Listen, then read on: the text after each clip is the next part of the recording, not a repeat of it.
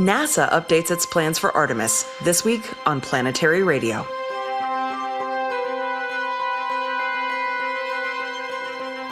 I'm Sarah Al-Ahmed of the Planetary Society, with more of the human adventure across our solar system and beyond. At a NASA press conference last week, agency leaders addressed the status of Artemis II and announced big changes to the Artemis program. First, you'll hear from Moon to Mars program manager Ari Glaze, as she explains what teams discovered following Artemis II's wet dress rehearsal, including the helium flow issue in the interim cryogenic propulsion stage, and why that rocket had to be rolled back into the vehicle assembly building ahead of its crewed lunar flyby mission. Then, from the same press conference, NASA Administrator Isaacman outlines a sweeping restructuring of the Artemis program, including shifting Artemis III from a planned lunar landing to a lunar Earth orbit rendezvous and integrated systems test. After those remarks from NASA leadership, I'm joined by Jack Corelli, our Director of Government Relations at the Planetary Society, and Ari Koeppel, AAAS Science and Technology Policy Fellow. Together, we unpack what's driving these changes to the Artemis program and whether this new approach truly moves Artemis forward. And then in What's Up, we look back at Apollo 9, the 1969 Earth orbit mission that proved that the lunar module could operate independently and rendezvous before NASA actually attempted their landing on the moon. If you love Planetary Radio and want to stay informed about the latest space discoveries, make sure you hit that subscribe button on your favorite podcasting platform. By subscribing, you'll never miss an episode filled with new and awe-inspiring ways to know the cosmos and our place within it. Before we continue, I have a few quick notes. Our spring membership drive is happening right now. As debates over NASA's future unfold, the Planetary Society is working to protect and strengthen its science programs. Those are the missions that explore other worlds, defend our planet from asteroid impacts, and search for life beyond Earth. That advocacy is powered by our members. Membership starts at just $4 a month. It helps us fight for the scientific exploration of space and brings you conversations like this one on Planetary Radio. If you believe that space science is worth protecting, you can join us today at planetary.org. I also want to acknowledge that as we record this, the world is facing a new wave of conflict and instability. In times like these, it can feel really strange to be talking about rockets and lunar missions, but I always like to think that space exploration can offer us some perspective. It's one of the few endeavors that crosses borders, politics, and generations, and reminds us of what we can build together. To everyone listening, we're grateful that you're here with us, and we're thinking of you. On Friday, February 27th, NASA held a press conference addressing the status of Artemis II and outlining changes to the broader Artemis program. Artemis II is NASA's first crewed mission in the effort to return humans to the moon. The mission is designed to send 4 astronauts on a 10-day journey around the moon and back. It's the first time humans will travel beyond low Earth orbit since Apollo 17 in 1972. The press briefing featured NASA Administrator Isaacman, Associate Administrator Amit Kshatriya, and Moon to Mars Program Manager Ari Glaze, who's also the Acting Associate Administrator for NASA's Exploration Systems Development Mission Directorate. Just days earlier, Artemis II had rolled back into the vehicle assembly building following a post-wet dress rehearsal testing. Here's Dr. Ari Glaze with the update. I'd like to start by thanking the administrator for taking this incredibly bold step and moving quickly to assure that we have support and resources that are needed in order to launch Artemis astronauts to the moon every year. I want to thank our team as well within the Moon to Mars program on Artemis and all of our Artemis mission planning. Our teams continue to work tirelessly to enable mission success. I know to people outside of NASA, sometimes we make it look easy. What we are doing is anything but easy, and we've seen that with the challenges that we've encountered. I've said time and time again that our team rises to challenges and they meet any bar that is set. This will be a challenge, and I know that we will continue to relentlessly pursue excellence at every step. And that includes not just our NASA team, but it includes, again, our contractor workforce and all of the suppliers that contribute at every level to the success of the Artemis space program. So first things first, I'm going to talk about Artemis II. We were here just a week ago. We were all very excited last Friday after the successful wet dress rehearsal. We were in a great place at that time and looking at a launch in early March. Things changed pretty quickly last Friday evening, where we discovered the issue with the flow of helium to the ICPS, the upper stage of the SLS. That occurred as we were doing the reconfiguration of the SLS, as we transitioned from the wet dress into the launch configuration. So that was, it was disappointing, but that's where we were. And the response of our team was exactly what we should be doing. We allowed the data to talk to us and tell us what we needed to do, and allowed those findings, the operational findings, to guide us in what decisions that we needed to make. And the data were pretty clear that we were no-go. We were in a no-go situation without the ability to flow the helium to the RL-10 engines of the upper stage. So while we have the ability to access the boosters and the core stage out at the pad, we were in preparations already for being able to do the work that needed to be done out at the pad. We do not have the ability to access the interior of the upper stage at the pad. So that's what's the requirement to roll back to the vehicle assembly building. Our team has been working very quickly to transition from preparations for launch to preparations for rollback, and they did that extremely quickly. We were able to roll back within a couple of days. At the same time, the team has worked to streamline a plan for the work inside the VAB to give us the very best possible chance at a launch in the early April launch period. We got back to the VAB about 8 p.m. Wednesday night. The platforms within the VAB have already been extended. You can see them there in the live graphic. And the work has already begun, an incredible amount of work already going on. The suspected system components for the helium flow will be removed, and they're going to undergo detailed inspections and assess the cause of the issue. We hope to get down to the root cause of that and make changes not just to the hardware but to our operational procedures so that we don't encounter the same issue again when we roll back out to the pad. In addition to determining the cause of the helium flow issue, the teams are also going to do a number of other things while we're in the VAB. We will replace the batteries in the flight termination system and conduct another end-to-end test to meet the Eastern Range safety requirements. We'll give the closeout crew another shot, another chance at closing out the Orion capsule, get them a little bit more practice in closing out the Orion crew module. And then also the seal on the tail service mast umbilical that supplies the liquid oxygen to the rocket before liftoff, that is also going to be replaced to ensure a tight configuration. As you recall, of course, the twin seal that supplies, that goes to the liquid hydrogen was replaced out at the pad. So we've already replaced that one. So now we're going to replace the oxygen seal as well. And at the same time, we're also going to be reviewing the items that are already stowed in the Orion crew module. There's some of those time out, and we need to replace them, so we'll be doing a little bit of that as well. We will continue to provide updates, regular updates of how we're progressing within the VAB and our plans once they solidify on when we roll back out. We will definitely let everybody know. And just again, to return to Administrator Isaacman's statements, beyond Artemis II, I know that our team is up for this challenge, and we are ready to get started on that. Thank you. Lori Glaze's update explains what happened with the rocket, but the press conference wasn't just a launch timing briefing. It marked the first major architectural decision announced by NASA Administrator Jared Isaacman. He was confirmed last year after a turbulent nomination process that included a withdrawal of his nomination and a subsequent renomination before confirmation. Before leading NASA, Isaacman was a tech entrepreneur who funded and commanded SpaceX's Inspiration 4 mission in 2021. It was the first all-civilian orbital spaceflight.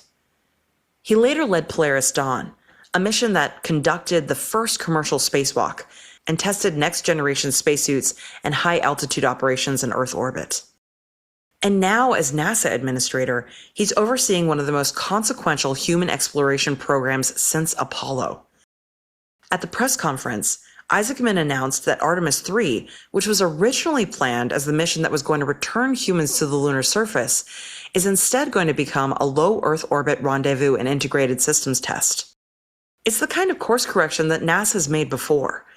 During Apollo, the agency adopted lunar orbit rendezvous in 1962. It was a decision that fundamentally reshaped how astronauts would land on the moon, and later used Earth orbit missions like Apollo 9 to test critical systems before attempting a landing. Here's NASA Administrator Jared Isaacman. Good morning, everyone. Appreciate everyone coming out. First, I just want to give a lot of credit to the NASA workforce and our partners that have been working really tirelessly through the Artemis campaign. It's really especially impressive work, and I know they're all feeling it after we had what was a near flawless Wet Dress 2 performance. That Artemis II is now back in the vehicle assembly building, which is imperfect. So we want to give you two sets of updates. So Lori is going to speak with you about what we're learning about Artemis II now that it is back in the VAB, and what our path is back out to the pad and to launch this historic mission. But before that, I'd like to talk a little bit about the overall Artemis program, how we're going to achieve the president's objective to return American astronauts to the moon, to build an enduring presence, and ideally not wind up in some of the situations that we've seen recently. So let's talk about the situation. Artemis I launched more than 3 years ago. We had hydrogen leaks with Artemis I. We had helium flow issues with Artemis I. Artemis II went out to the pad. Wet Dress 1, we had hydrogen leaks. And then after a second Wet Dress 2, where we made a lot of great progress, we wound up with helium flow issues. A lot of similarities between the two. And why is that essentially the case? Look, 3+ year launch cadence. I mean, Artemis III right now, as it's currently designed, won't fly for approximately another 3 years. So launching a rocket as important and as complex as SLS every 3 years is not a path to success. A component of that is when you are launching every 3 years, your skills atrophy. You lose muscle memory. We've got a lot of really talented folks that have been working hard on the Artemis II campaign, and whether they're going to want to stick around for 3 more years after this mission is complete is a question mark. This is just not the right pathway forward. And I'd say also, when you are experiencing some of the same issues between launches, you're probably got to take a close look at your process for remediation. Are you truly getting the technical root cause, or are you getting close to it? So we've got issues with low flight rate. And I would say a great way to exacerbate that problem further is to start making changes to vehicle configuration. SLS is a very impressive vehicle. We don't want to turn every one of them into a work of art. And then I would also say that having very big objectives, a wide objective gap between missions is also not a pathway to success. So we didn't go right to Apollo 11, right? We had a whole Mercury program, Gemini, Apollo, lots of Apollo missions before we ultimately landed. Right now, our program is essentially set up with an Apollo 8 and then going right to the moon. And that is, again, not a pathway to success. So what is the right way forward here? So first, today we're announcing a standardization of the SLS fleet to what we'll call essentially a near Block 1 configuration. So the idea is we want to reduce complexity to the greatest extent possible. We want to accelerate manufacturing, pull in the hardware, and increase launch rate, which obviously has a direct safety consideration to it as well. You get into a good rhythm, launching great frequency, you get that muscle memory. In order to do that, we need to rebuild and strengthen the workforce here at NASA. Now, this is directly in line with a workforce directive that I released several weeks ago. We have to rebuild core competencies. The ability to turn around our launch pads and launch with frequency greater than every 3 years is imperative. Now, some people ask me questions on that already as we've talked about this, and it's like, how are we going to do that? How we can go from 3 years to something significantly less, to what I think should actually be inside of 1 year? And I'll point you to our history. We have a nice infographic that's coming out from Mercury, Gemini, Apollo through the shuttle program. I don't think it would surprise many of the folks in the room that our average launch cadence was closer to 3 months throughout all those programs, not 3 years. In fact, if you want a history tidbit, you look at the time when Apollo 7 splashed down to when Apollo 8 launched, you're approximately 2 months apart. We need to start getting back to basics and moving in this direction. So rebuilding the civil servant workforce and restoring core capabilities. Again, that will directly contribute to NASA's launch cadence, where we're going to endeavor to get our launches inside of a year, specifically down to potentially 10 months. And then we are going to add missions. In fact, we're essentially going to pull in Artemis III to launch in 2027 with a revised mission profile. So Instead of going directly to a lunar landing, we will endeavor to rendezvous in low Earth orbit with one or both of our lunar landers, test out integrated operations between Orion and the landers, ECLSS systems, even to the extent possible, if we can get up development components of our XEVA suits to test out vehicle interfaces, even just getting an astronaut in a suit in microgravity, we can learn a lot with the idea that we should be learning, and take this information back to inform hardware development, whether it's in the landers or in the suits before Artemis IV, where we will attempt to land on the moon. We are also, as a component of the strategy, endeavoring to preserve up to 2 landing attempts in 2028. So if we get it inside of the 10-month turnaround time that we would like to see, Artemis II will launch on its historic mission in the weeks ahead. Artemis III will have its opportunity, if we can, by mid-2027, which sets us up for an early 28 and a late 28 opportunity. So that is the approach that we are taking at a very high level. I will tell you, we're not surprising our industry or our stakeholders at this press conference right now. We've been having these discussions for a long time. In fact, I give a lot of credit to NASA and its team. No one at NASA forgot their history books. They knew how to do this. They've had plans like this for a long time.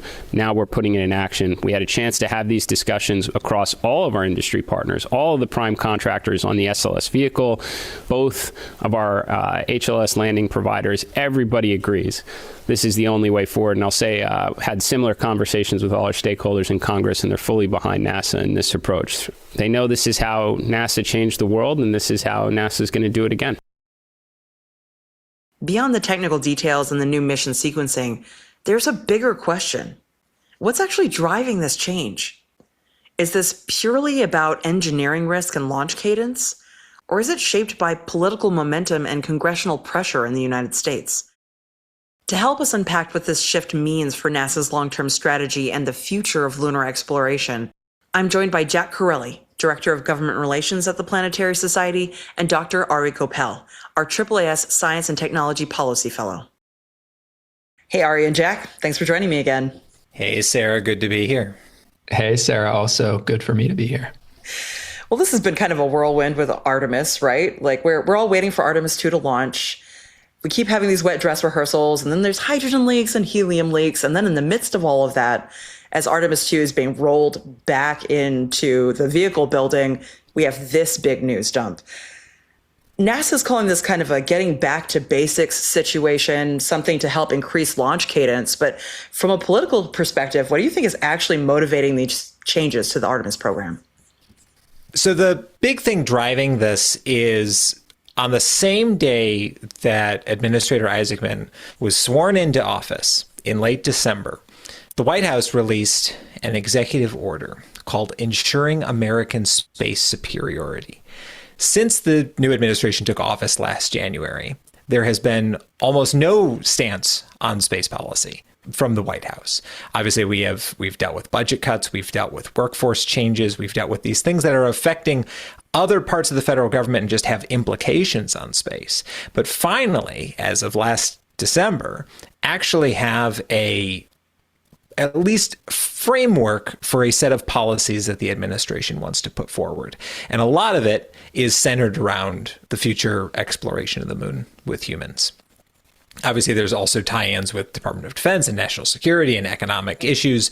But the main crux of this is it introduces the idea that we're going to have a lunar base, a physical installation on the lunar surface that the astronauts will go to, and that we want to increase the launch cadence of the Space Launch System, which is the primary crew delivery vehicle to cislunar space, although the lander is being provided by commercial partners.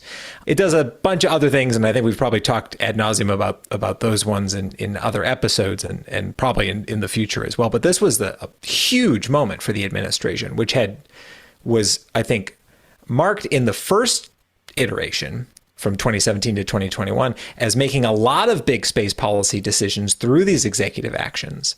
And then for a whole year didn't do any in the second term until the very end when Administrator Isaacman came in. And part of this is that there was renewed interest from the White House and with that political momentum to take the Artemis program, what it had been, and reformulate it into this more higher launch cadence, quicker return on the taxpayer's investment in the form of, not one, but 2 lunar landings in 2028.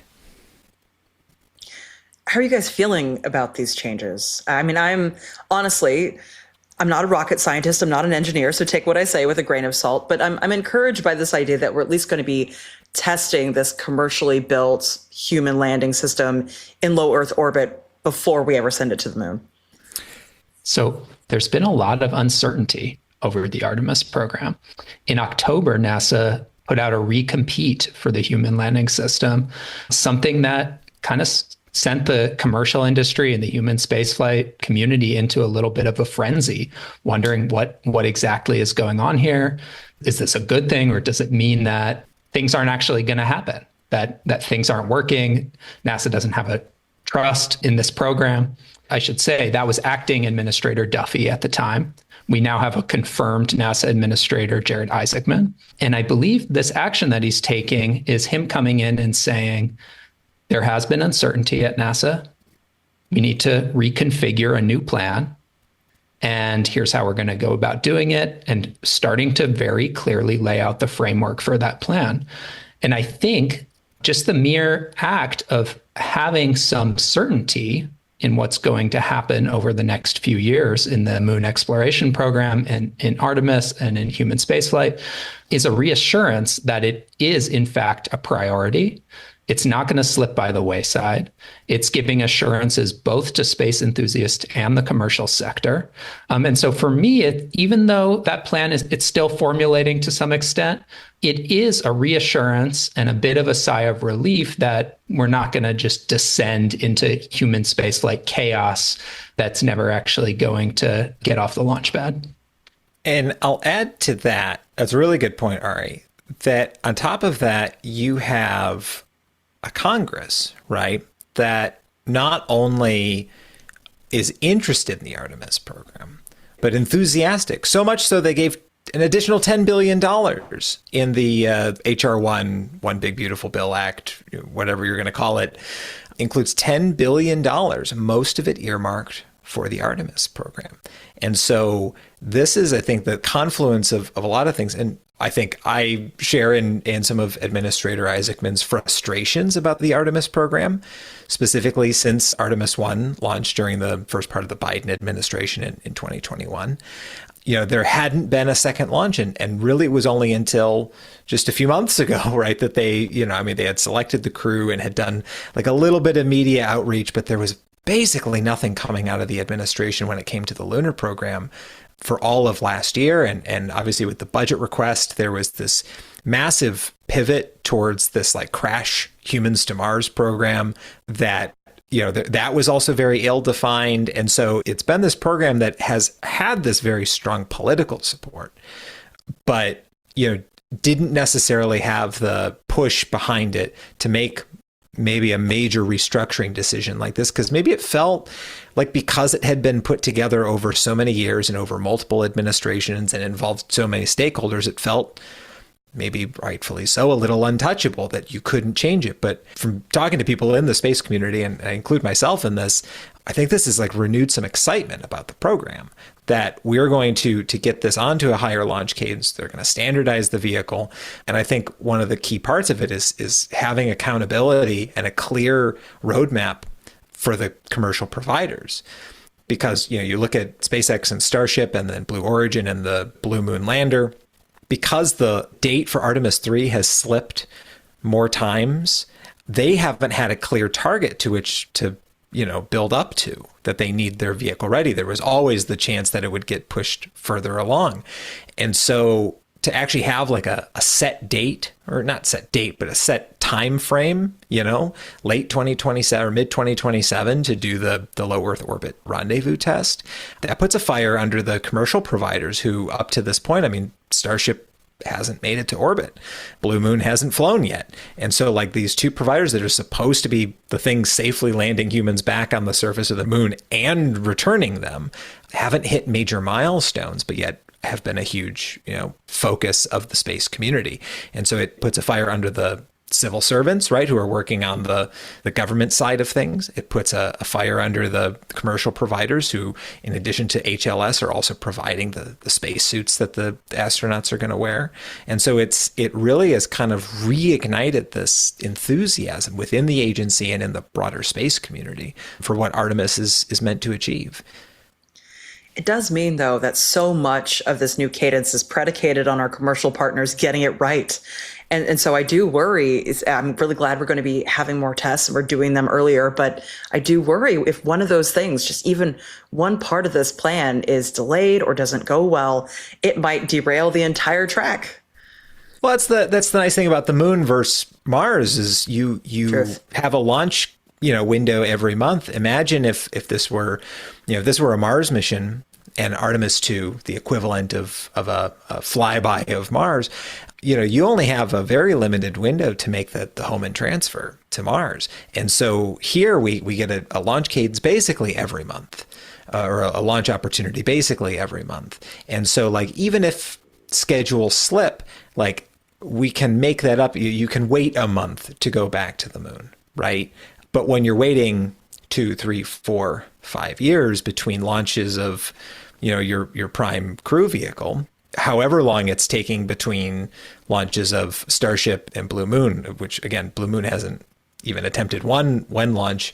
Starship has only ever made it to suborbital trajectories. You're running into this problem where like there's no goal line.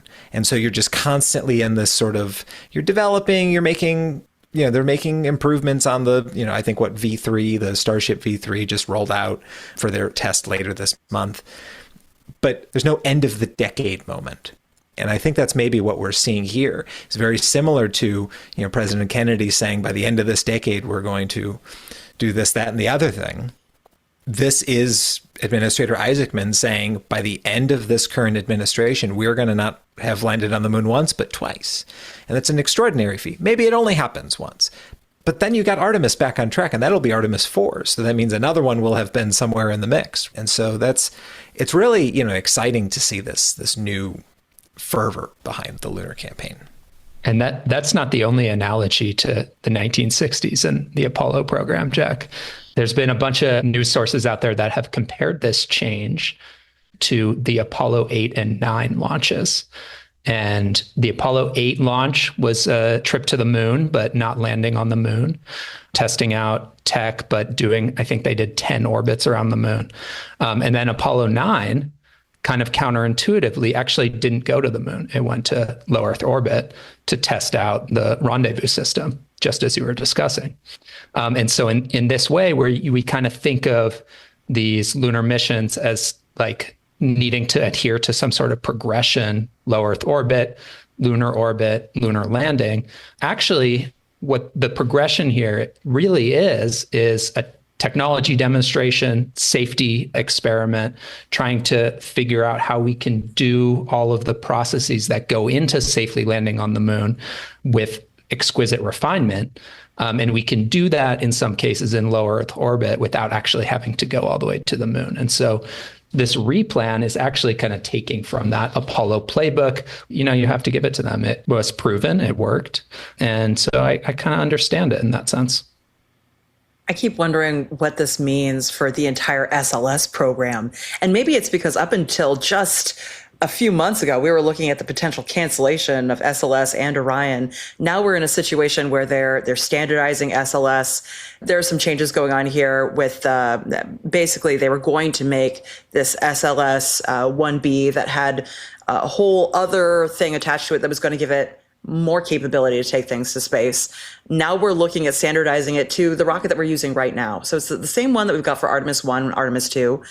But that means that we're limited in how much we're going to be able to actually launch to the moon. So if we're talking about building a permanent lunar base, there are all other considerations. How are we going to get that stuff there? And I wonder if they're thinking that perhaps Starship and New Glenn even might be able to help us send some of that stuff to the moon if we're not going to be making these upgrades to the SLS rocket. Oh, they're banking on it, right? And this is across the NASA portfolio, not just within the crewed lunar program, is that people see the value in these super heavy lift vehicles like New Glenn and like Starship. and this is in part kind of the CLIPS program in a way, is developing smaller capabilities. You're landing something on the order of hundreds of kilograms, not thousands or tens of thousands of kilograms is probably what you'd need for a permanent installation. But they're banking that, after Artemis V, which again is now notionally supposed to take place in late 2028, that we're going to have developed so many more in-house capabilities within the agency, and whether that's continuing to use the SLS, and that industry is going to have refined their processes to launch more and more cargo to the moon, that in a very short period of time, we're going to have built out basically this lunar infrastructure, or at least launch infrastructure from Earth that we can then deploy at the moon and start to build the infrastructure there for a sustained presence. And that's where that moon base idea comes in, right? And that's something that's been discussed many times before, right? And that was maybe at the crux of the conversation about the Gateway Lunar Space Station, which was, still less than 10 years old as an idea. But like now these things are supposed to be interlocked. And so you have the Gateway Lunar Space Station, which will be the rendezvous point in cislunar space. HLS will bring you down to the surface. Whatever this moon base, whatever I think technically it's supposed to be called, if you look in Title 51 of the U.S. Code, as I know we all do, you can actually find that it's supposed to be called the Neil Armstrong Lunar Station. And so, when they go to Armstrong Station, they're going to have infrastructure there, and then they'll be able to come back to Earth. And so you're supposed to have this ecosystem at the end of a very short period of time. Whether or not that happens, right? I mean, that it now makes the challenge more focused on the technical aspect of it than the architecture, because I think everyone's been talking about, what happens after Artemis V? And this at least sets you on a path of there's going to be needs, and industry might be able to meet some of those. I guess the hope is that industry is able to meet some of those needs. Plus, you have SLS, you have those capabilities, and what's being developed in-house at NASA. And I will say an interesting element of all of this is that supplemental $10 billion I mentioned before runs out after Artemis V.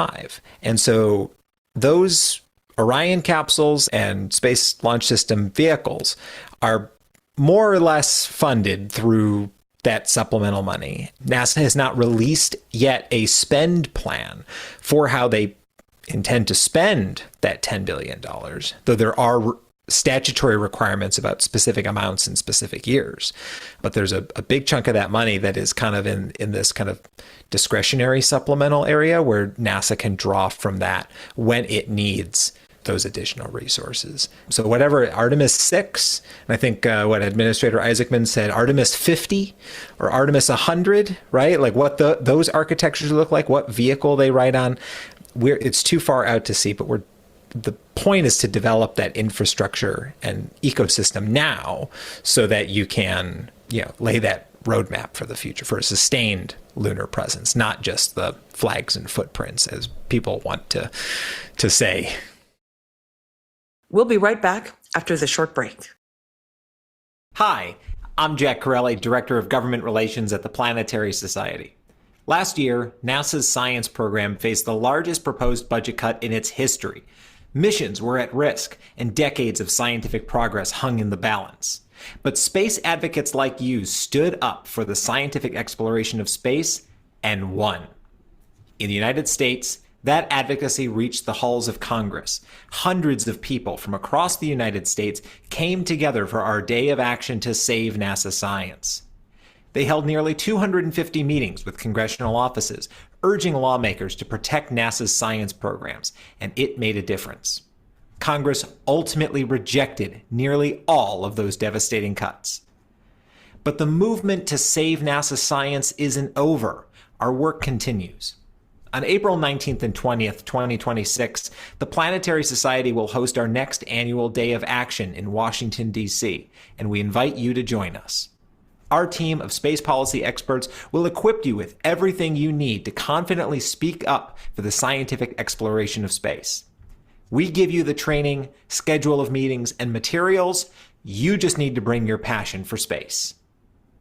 Research shows that in-person meetings with your elected representatives are the most effective way to influence policy. If you're a U.S. resident and can join us in Washington, D.C., we'd love to have you with us. Your voice truly matters. Learn more and register today at planetary.org/day of action.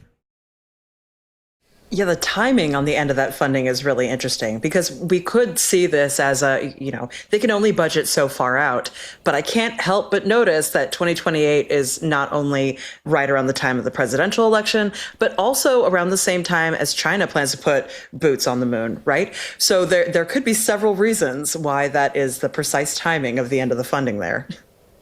Well, there's clearly a lot of interest in the U.S. Congress in, air quotes, on beating China back to the moon. The United States already did, right? They went the first time, actually went 6 times. But deciding on this as the path forward is very pivotal for the agency. And I think that geopolitical question is part of the point on which they're pivoting. I think they know that there is a lot of interest in Congress in the broader national security and geopolitical space. And we've built up this repertoire of international partners who have signed on to the Artemis Accords, which I would be remiss to say connected in name only, really. I mean, the Artemis Accords is a State Department initiative meant to set rules of the road and norms in space. Artemis, the lunar exploration campaign, is a NASA program, so kind of distinct, but they share a name and share a general ethos. And I think they're at 61 or 62 signatories at this point, which is a pretty significant international community, if you ask me. The geopolitical question is certainly a driver here, but I'd argue maybe less so for the administration than for Congress. In his confirmation hearing, both of them, actually, in both the first one and the second one, which funny that he gets 2 of them, but Administrator Isaacman doesn't mention the name China once. Talks about strategic competition, talks about geopolitical forces, but doesn't ever mention China. And so it's not necessarily the biggest driver for someone like Isaacman, but certainly is for Congress. I kind of like that take. Seemingly the United States and China are in a maybe unfriendly race to get to the moon, but honestly, as a species, we're all just trying to get there, and whatever motivates us to get there, hopefully in a peaceful fashion, especially with the Artemis Accords as a backing framework for how we can ethically deal with each other as we're all going to the moon, that makes me feel comfortable. You can say it without saying it. But this is a huge upscaling of what we were going to try to accomplish with going to the moon at a time when we have just recently lost 1/4 plus of all of the workers at NASA. So even if we're looking at a situation where thankfully, through our efforts over the last year and the efforts of all of our space advocates and all of the partner organizations, we've managed to pull NASA science back from the brink and add more money and make sure that the budget is retained. But even with that money, without the people to actually do this work, it seems a little dicey. Jared Isaacman actually brings up kind of this workforce issue more as we need to increase the cadence so we can keep that operational excellence among the workforce. But there's this extra piece, which is that you actually have to have people there to do it. So how are we going to upscale the workforce fast enough to get all of this done? Well, that's a great question. It actually speaks to a broader initiative, more than just the Artemis program, that Administrator Isaacman's taking a lead role in, and that's this workforce directive. So I think late last month, or maybe the month at the end of January, I think, Administrator Isaacman sent out a note to all NASA employees that they were going to start taking a long, hard look at all of the centers and the technical capabilities of the workforce, look ahead over the next few years and determine what those technical needs are going to be, and what unique things is only NASA capable of doing. Because there's things like launch, things that are routine, that have been done before and can be done more efficiently, that the commercial sector takes the role of. But then there are these things on the cutting edge of science and technology that only the civil servant workforce is capable of doing, that only they have the funding stability, that you're not waiting for some investor to dump money into the account to make sure that you can fund the research. That's what the federal government is for, right? Is for these long-term long time horizon research initiatives that yield tremendous benefits for life on Earth as well as technical capabilities for the space program. So this whole workforce directive, Administrator Isaacman, I think it's maybe his way of saying it without saying it, that the people that we lost last year is a huge loss for the agency, because there was no strategy to it. It was just whoever was willing to leave. And that's why we lost about 4,000, a little bit more than 4,000 people with an average seniority of 20.5 years or something like that. So it's like, that's a huge, that's thousands of years of combined experience that we lost over the course of just a few months. And so, I think the administrator recognizes that is a huge loss, and that this workforce directive is in part a way to, get NASA back on track, back to an equilibrium, and keeps it focused on a really ambitious plan for the moon, a really ambitious science program, advancing technology and demonstration missions throughout the portfolio. And the reconciliation bill that you mentioned earlier, Jack, that passed last year, H.R. 1, it actually gives NASA an opportunity that it maybe wouldn't have in another year without that additional budget to bolster its workforce in this way that supports the Artemis program. As you said, there's $10 billion in that bill for NASA, I believe $4 billion for SLS. And it seems like Isaacman wants to use some of that to hire talent in-house and kind of redirect some of the efforts that were maybe sort of being thought that they could be sent out to contractors for contracted out work. But now, as you said, have the resources to strategically put towards in-house talent that can support the Artemis program and the construction of the vehicles that'll help get astronauts back to the moon. I'm hoping that all of this excitement about human exploration of the moon helps us in some way advocate more effectively for not only that, but also scientific exploration of space. It's been just an absolutely wild year watching this fight over the budget. And now that we're seeing this kind of commitment to going back to the moon, how can we leverage that with our upcoming advocacy efforts to hopefully make sure that the rest of NASA stays whole? Well, I think part of it is remaining a united front, right? Standing in community with folks in the human spaceflight world and the space technology and STEM education world. All of this is part of one big space program. And so I think the first part is that not letting any of these changes these ones are good changes, right, that we're talking about here, but there have been bad changes proposed and things that have happened again over the past year that have caused a lot of damage, and just making sure that those moments don't drive a wedge between these different communities, because when we all succeed, we all get something, right? We're all succeeding. We've been calling this our rising tide strategy, right? Rising tide lifts all spaceships has been our moniker, because this is something that benefits the whole community.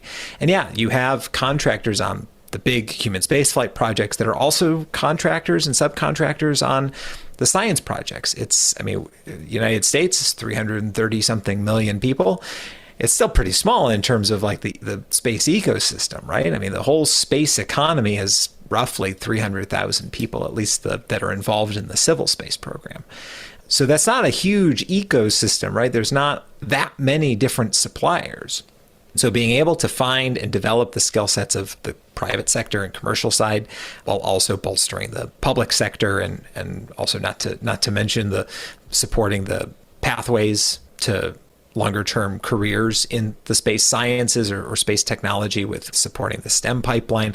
All of it is a big giant feedback loop. We all swim in the same pond. And so, yeah, it's very important to stand together. And that's not to mention how astronauts do actually conduct science themselves, and science facilitates safe human exploration. One of the motivations for these CLIPS missions has been to help facilitate safe landings of human astronauts. Everything's tied together in outer space. It's a hard place to work. There's a lot of complexity, a lot of moving pieces. And the more we know about human spaceflight, the better we can conduct science. And the more we know from scientific missions, the better we can conduct human spaceflight.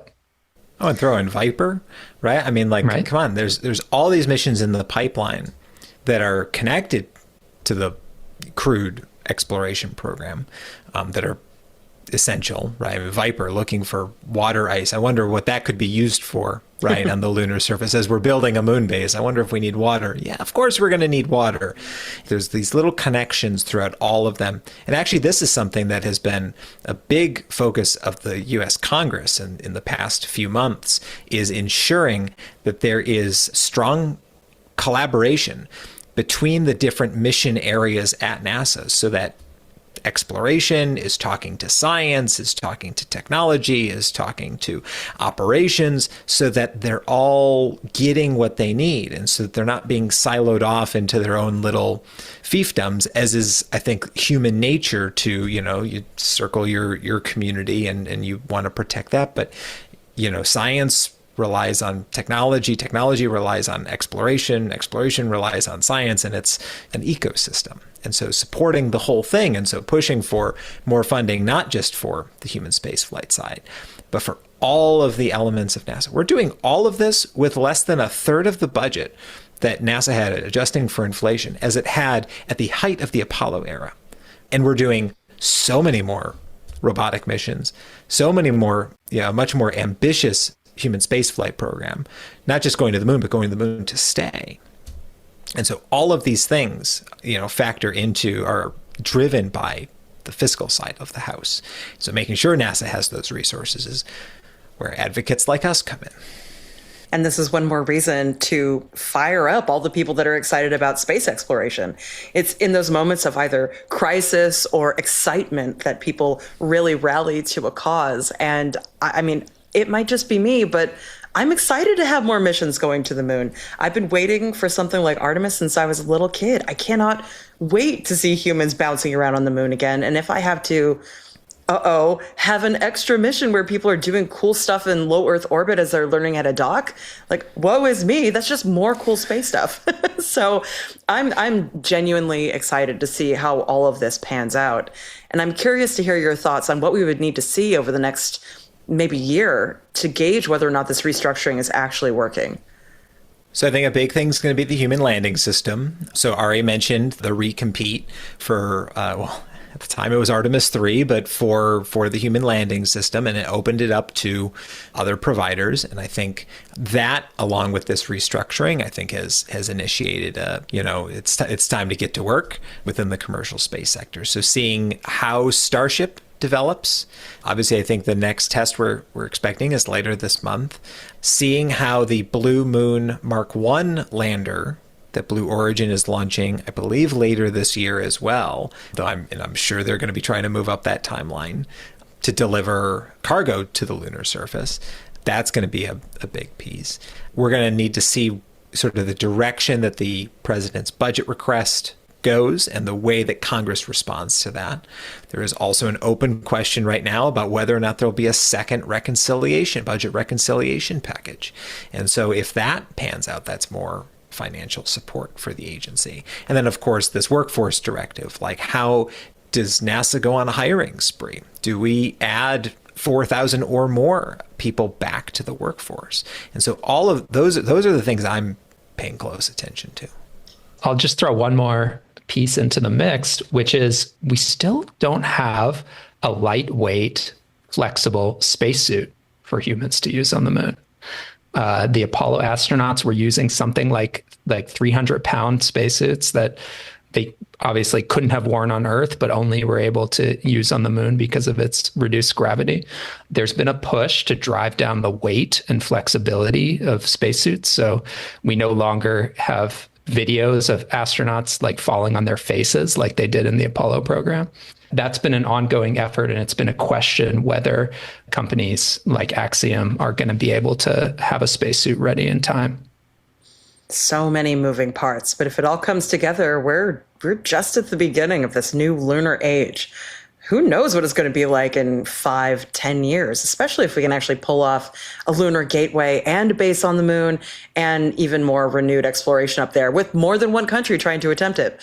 So this could be the beginning of something really cool. And I'm excited to see this is one of Jared Isaacman's first big moves as NASA administrator. You can really see his personal passion for space exploration, being someone who's gone to space twice himself, reflected in this change.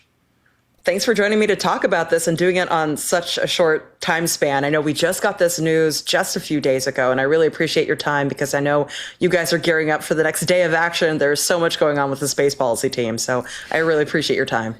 Yeah, of course. Thank you, Sarah. This is, it's never a dull moment in space. Just when you think that, maybe we'll have a down week or something, it's, they throw everything at you. So we're happy to be able to be here and talk to you about this and to be excited, and so, obviously our day job right now is worrying about the budget, and that's coming down the pike, can be really any day now at this point. And so we're getting everything prepared for what that ends up looking like. And of course, as you mentioned, the day of action coming up on April 19th and 20th, planetary.org/day of action. If you're interested in coming to DC, it's already outpacing. The only other year that is doing better than this was last year's October day of action in terms of registrations. We're already outpacing all the other years too. Now we're able to build on that success and start talking about an ambitious and sustainable and forward-looking future for space science and for exploration program. So thank you, Sarah. I always find it a pleasure chatting with you, Sarah. It's fun to really think about our wildest dreams in space and not get bogged down in the numbers as Jack and I often do. Likewise, Ari. I mean, we're in this because we love the technical bits, but it's that starry-eyed dreamer part of space exploration, the joy of watching someone float around and the joy of discovery, all these things together that I think brought us all here. So let's take a moment to just imagine a future where this all pans out. I'm excited for that. All right. Thanks so much, you guys. Thanks, Sarah. Thanks. Artemis III's new role as an Earth orbit systems test has a clear historical parallel. From March 3rd to March 13th, 1969, Apollo 9 flew in low Earth orbit to prove that the lunar module could separate, fly independently, and rendezvous again before NASA ever attempted to land humans on the moon. We look back at that mission now in What's Up with Dr. Bruce Betts, our chief scientist. Hey, Bruce. Hi, Sarah. Good to talk with you today. Man, more lunar upheaval. I've just been waiting for Artemis II to launch, and now in the middle of all this, here we are with a completely new Artemis plan. Well, sure. It's the only consistent thing is inconsistency. It seems like these are good changes, honestly. I'm glad to see that they're doing more testing. Having another set, any testing good, testing in low Earth orbit, they decided 50 years ago that was a good idea, and they're back 60, whatever. So because they basically have added Apollo 9 back into the program of testing the stuff in Earth orbit, and then the rendezvous, and I assume, and the docking with the lander and what lander we'll see, because two companies are building landers, but it's the same concept as Apollo 9. Test that stuff in Earth orbit, and then if you don't go have all the problems of getting to the moon while you're testing those critical pieces of what will become Apollo 11, or I guess Artemis IV at this point. Yeah. It's interesting, too, because when I was learning about each of the Apollo missions, which happened in rapid succession, so I'm glad that we're speeding up the Artemis missions. But I remember thinking when I first read through it, really? You didn't actually test that docking maneuver until Apollo 9? You'd already gone around the moon. But actually, seeing the way that Artemis is falling out, that timeline actually makes a lot more sense to me. The Apollo? Yeah. Certainly having inserting those tests in there is a good plan.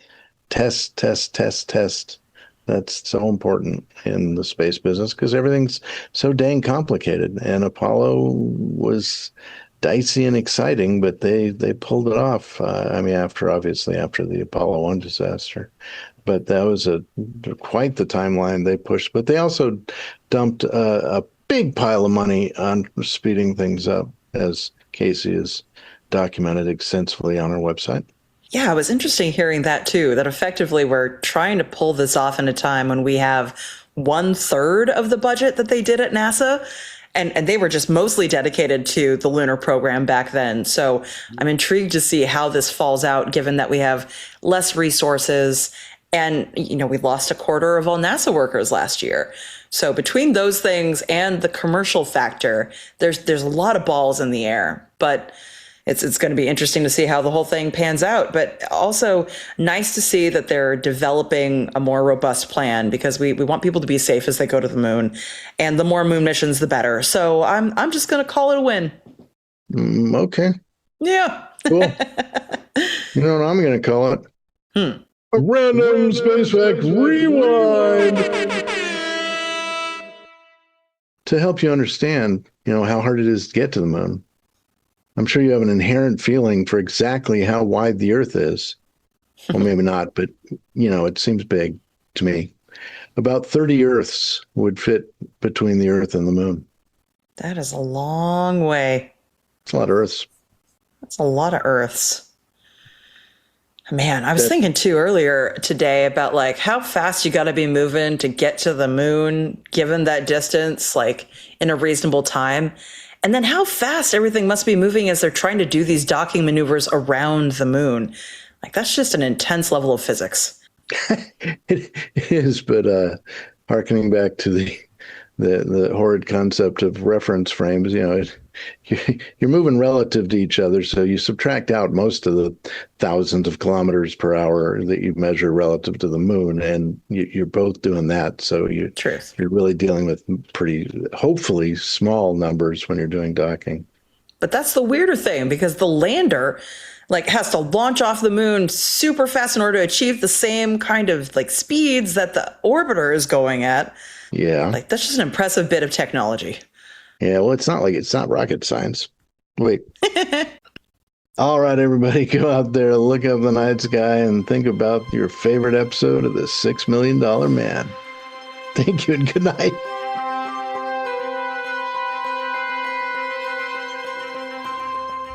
We've reached the end of this week's episode of Planetary Radio, but we'll be back next week with more space science and exploration. If you love the show, you can get Planetary Radio t-shirts at planetary.org/shop, along with lots of other cool spacey merchandise. Help others discover the passion, beauty, and joy of space science and exploration by leaving a review and a rating on platforms like Apple Podcasts and Spotify. Your feedback not only brightens our day, but helps other curious minds find their place in space through Planetary Radio. You can also send us your space thoughts, questions, and poetry at our email, planetaryradio@planetary.org. Or if you're a Planetary Society member, you can leave a comment in the Planetary Radio space in our member community app. Planetary Radio is produced by the Planetary Society in Pasadena, California, and is made possible by our members. You can join us as we all look to the moon together at planetary.org/join. Mark Hilverda and Ray Palletta are our associate producers. Casey Dreyer is the host of our monthly Space Policy Edition, and Matt Kaplan hosts our monthly Book Club Edition. Andrew Lucas is our audio editor. Josh Doyle composed our theme, which is arranged and performed by Peter Schlosser. I'm Sarah Al-Ahmed, the host and producer of Planetary Radio. And until next week, Ad Astra.